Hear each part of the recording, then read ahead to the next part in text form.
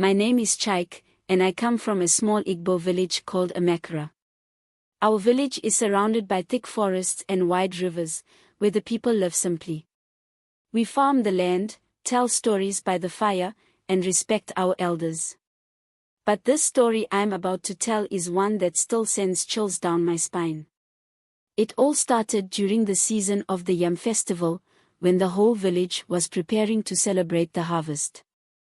The sun was setting, and the elders were sitting under the big iroko tree, telling stories of our ancestors. I was with my friends, Amaka and Obinna, making jokes and laughing, unaware of the dark cloud that was about to cover our village. That evening, as we returned home, a royal messenger arrived. He was dressed in bright red cloth, his face stern and unwelcoming. We all gathered around as he spoke in a loud voice. The king has summoned the strongest and healthiest men of this village to appear before him tomorrow at dawn.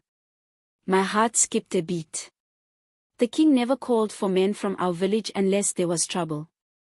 We all knew of King Udo, the ruler of the land. He was known for his power and wealth, but also for his cruelty. Many whispered that he had dealings with dark spirits, but no one dared to speak of it openly. The next morning, as the cock crowed, I found myself among the men chosen to go to the palace. My mother cried as she tied my wrapper, praying for my safe return. "Chike, my son, be careful," she whispered, her voice trembling. We walked for hours, our feet tired and our hearts heavy, until we reached the palace. The palace was grand, with high walls and golden gates. We were led into a large hall, where King Udo sat on his throne, his eyes cold and calculating. "I have a task for you," the king began, his voice echoing through the hall. "One of you will give me your soul. It is not something you can refuse. If you do, the entire village will suffer." We all froze, not understanding what he meant. But the king's eyes, dark and hollow, made it clear that this was no joke. The room fell silent, fear gripping our hearts. The king rose from his throne and walked toward us. His presence was overwhelming. He stopped in front of me, his eyes piercing through my very being. "You," he said, pointing at me, "will be the one." My legs felt weak, and I could barely breathe. Why me? What had I done to deserve this? Before I could speak, the king's guards dragged me away, locking me in a small, dark room. The walls were cold, and there was no light, only the sound of my own heartbeat echoing in my ears. I didn't sleep that night. All I could think about was my family, my village, and the life I would lose. My mind was racing. I had heard stories of people who had made deals with the spirits, but this was different. The king wanted my soul, and I knew I wouldn't survive if I refused. The next day, the king came to see me. He held a small, black jar in his hands. "This jar will hold your soul," he said, his voice calm and detached.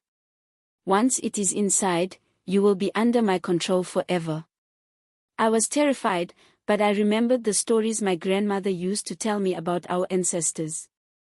They were strong, brave, and never gave up. I knew I had to find a way out. "Why do you want my soul?" I asked, trying to keep my voice steady. The king smiled, but it wasn't a kind smile. "I have made a deal with the spirits," he explained. "In exchange for power and wealth, I must give them souls. Yours will be the next." I realized then that the king wasn't just a man, he was a puppet of dark forces. But I also knew that if I gave up, my family and my village would be doomed. As the king opened the jar, I felt a strange force pulling at me, trying to draw my soul out. But I closed my eyes and thought of my village, the laughter of the children, the warmth of the fire, and the strength of my ancestors. "I will not give you my soul," I said, my voice shaking but firm. The king's smile faded, and his eyes narrowed. "You have no choice," he hissed. But I did have a choice. My grandmother had taught me that our spirits are strong, stronger than any dark force. I began to chant a prayer, one that had been passed down through generations. The words were simple, but they carried the power of my ancestors. The king screamed, clutching the jar as it began to crack. The room shook, and I felt the force trying to pull me grow weaker.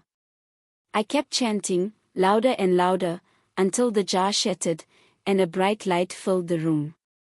The king fell to the ground, his power broken. The guards rushed in, but they stopped when they saw what had happened. The king was no longer the ruler of the land.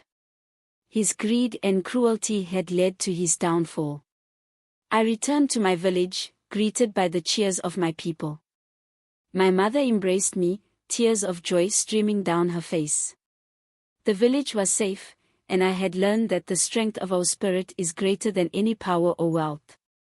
From that day on, I knew that no matter what challenges we face, we must always remember the power within us, the power of our ancestors, and the strength of our community. We must never give in to fear, and we must always stand together. And so, the story of the wicked king who demanded my soul became a lesson for all in Amachara. It is a reminder that greed and cruelty will always lead to destruction, but courage and unity will bring us through the darkest of times.